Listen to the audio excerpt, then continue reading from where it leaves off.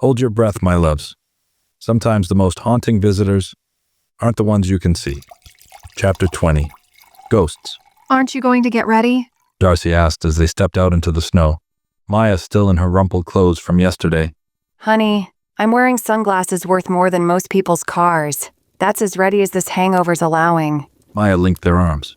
Besides, everyone was there for my dance recital. The bar is already on the floor. The lodge glowed with Christmas Eve warmth, wreaths in every window catching the morning light.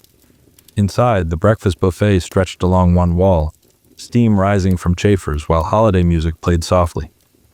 The tree they'd watched Callum wrestle with days ago now sparkled with hundreds of tiny lights.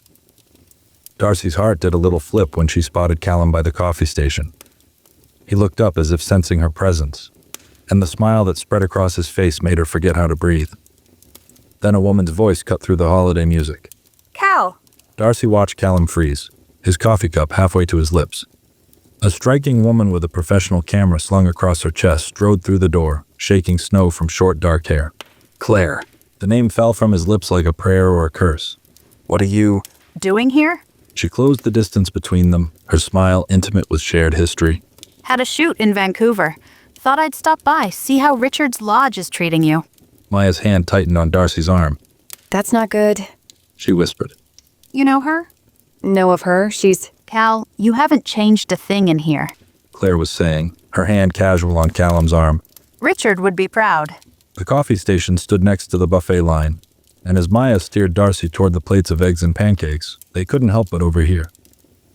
Darcy focused intently on spooning fruit onto her plate, trying to look like she wasn't listening to the conversation happening 3 feet away. Something in her chest tightened at the way Callum relaxed under Claire's touch, the familiar shortening of his name, the easy way they fell into conversation. She nearly dropped the serving spoon when Claire leaned in closer, their bodies angled toward each other with unconscious familiarity. Maya guided them to a table nearby, close enough to still catch snippets of conversation over the soft holiday music, but far enough to maintain the illusion they weren't eavesdropping. Still having the dreams? Claire asked softly. Sometimes, less now. Good. I worried after... I know, you did what you could. Not enough. Not when you were holding that little boy's hand stuck there in the rubble. And I couldn't. Claire's voice caught. God, Cal, I still see it. You singing to him in broken Arabic while I ran for help. By the time I got back with the rescue team...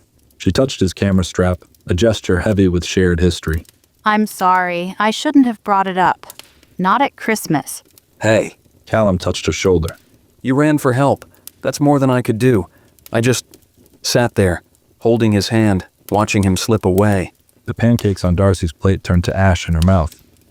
Maya kicked her gently under the table, but Darcy couldn't tear her eyes away from the scene by the coffee station. The way Claire and Callum seemed to fold into their shared grief, the rest of the festive breakfast room fading away around them. Darcy's fork clattered against her plate. Maya again kicked her gently under the table. They were engaged. Maya murmured. Before Syria. Before the collapse. Oh. The word felt small, inadequate. Callum and Claire drifted toward the window, their voices lost in the breakfast chatter and Christmas music. But Darcy couldn't stop watching them. The unconscious dance of two people who'd known each other's darkness. Claire laughed at something Callum said, her hand brushing his arm. He ducked his head in that way Darcy had thought was just for her, but now she saw it for what it was. A habit, a pattern, a movement worn smooth by years of intimacy. Don't. Maya's voice cut through her spiral. I know that look. That's your I'm about to turn this into tragic content look. I'm not. You are. You're already writing the story in your head. Poor comic artist can't compete with the sophisticated photojournalist who shares his trauma. Maya leaned forward. But you're missing something huge here. What? The way she instinctively knows how to comfort him? How they speak in shorthand about things I'll never understand? The fact that she was there for his worst moment while I'm just... The fact that they're not together anymore. Maya interrupted. Think about it. They went through hell together. They had years of history, and yet... She gestured at Claire's bare ring finger. Sometimes sharing trauma isn't enough. Sometimes it's too much. Darcy pushed her eggs around her plate. Maybe they just need time. Maybe now that they've both healed. Or maybe... Maya said firmly. You're so scared of real connection that you're looking for reasons this won't work. Using them as an excuse to run back to your safe little panels where you control everything. I'm not. But she was, wasn't she? Already sketching the scene in her mind. Already figuring out how to turn this knife twist in her chest into something she could contain in boxes and bubbles. She watched them over coffee and cooling eggs. The way they moved in practiced orbits, the shared language of trauma in their gestures. When Claire adjusted Callum's camera strap with thoughtless intimacy, Darcy saw years of history in the motion. What was her kiss in the snow compared to that?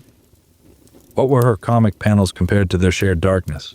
What is she doing here?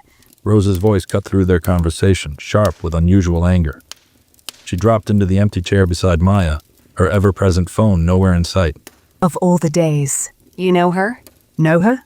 Rose's eyes narrowed as she watched Claire and Callum by the window. I know how she operates. She's got a sixth sense for when Callum starts to heal, to hope. Then she breezes through like a storm, stirring up all his old ghosts. Rose's hands clenched on the tablecloth.